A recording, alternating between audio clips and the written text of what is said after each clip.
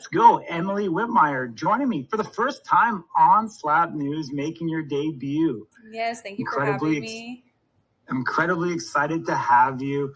You're now, I guess you could say, a veteran in Power Slap. Yeah. Power Slap 14 was really good to you. Yeah, I had a good time. Yep. Talking on Tyler Schaefer. And I think overall, your skill set was put on great display, and it was a dog-eat-dog match overall. Talk to me about the match and how you feel about everything. Oh man, I've had such a good time. The match, I just wanted no fouls. Like I didn't want to do anything to beat myself, where I feel like my first match, I was still kind of trying to, it's so different when you get up there. Like you can slap a pad and practice as much as you want, but until you're up there and you feel the table and the box that your feet have to be in and the distance, it's so different. And so I feel like my first match, I was figuring that out, and my third slap in my first match was my best one. And I was like, if I can make my third slap, all three of my slaps this time, I know I'm going to win.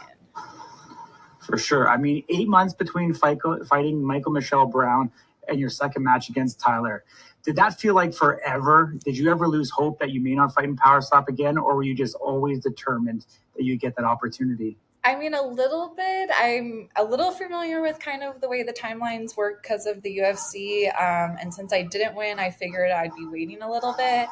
And I do work a full-time job. I work on a golf course. And so spring and fall are our busiest seasons. And so right after the match, we kind of started to get into busy season. So I was just working like crazy. So I was working 6 days a week.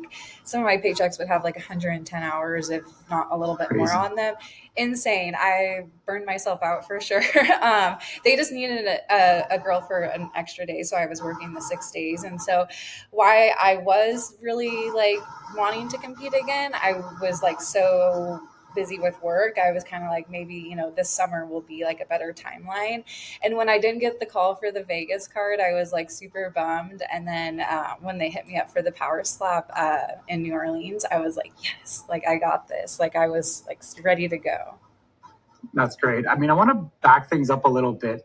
We haven't seen you in UFC since 2021. Yeah. Have a 3-year layoff before Power Slap.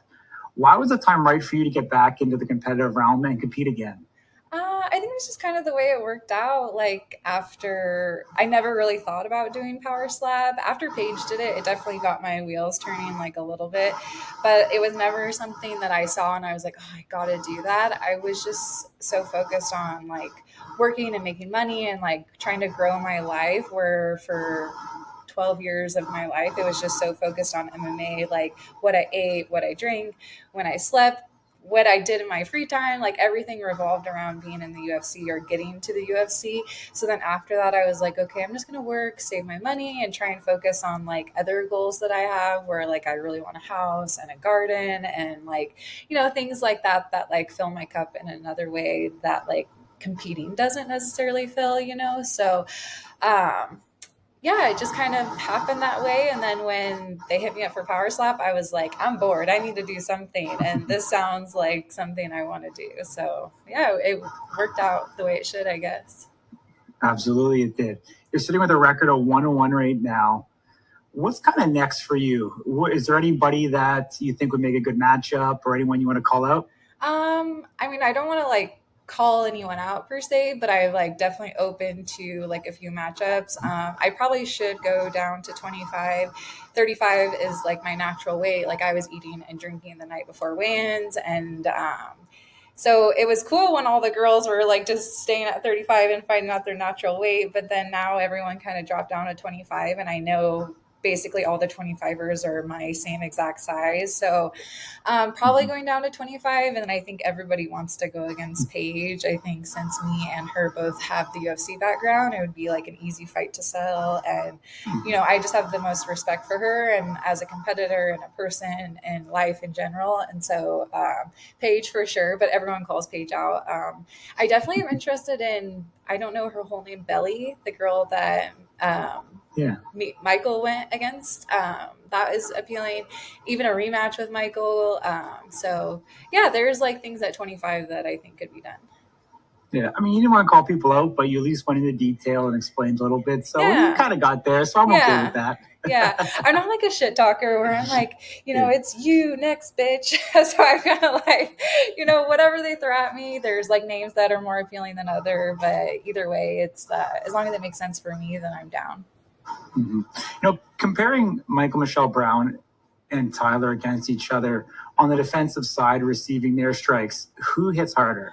Definitely Tyler. 100%. Interesting. I think it was her second slap. I was like, oh, damn, that was a good one. I mean, I definitely like played it off well, but that was one where I was like, okay, she's here to, try and take my head off. Yeah, definitely Tyler. Yeah, I mean, I was in attendance for both your matches. I know there wasn't a lot of people there in New Orleans to be able to watch it.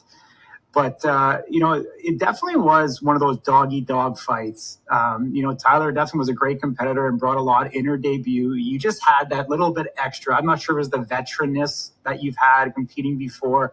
You just seemed to have a better presence overall and kind of deliver that extra little oomph on your strike every single time. If you play it back in your mind, is there any one specific moment or any one specific, area that you thought that you had the advantage in? I was definitely a little salty about losing my first match, and so I was going out there with like a little bit of something to prove. And I also think I knew Tyler was going to be in the same situation that I was in the first time, where it is different when you get up there, like I said previously, like the measurements, the feet in the box and all of that. And so I knew she was experiencing everything that I had already experienced. So I went into it feeling like really confident, really good. Like I was excited to get out there. I was like, let's do it again. Like I was like having such a good time. And so, I just wanted to come out there and be exciting and, get some of those Instagram, like highlight reels. And, I just really wanted to put on a show because of course, like delivering your slaps and all of that, but you also have to have a little bit more of, an exciting reaction to like, make your like stock go up a little bit in the power slap exercise.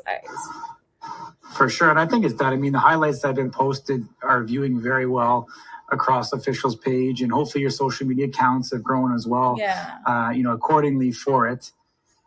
Suspension wise, did you get a medical suspension? Are you ready to go for October? Kind of how you feeling? So I don't think I did. I don't really remember. I think maybe it was like 5 days or something like that. Like it was really quick.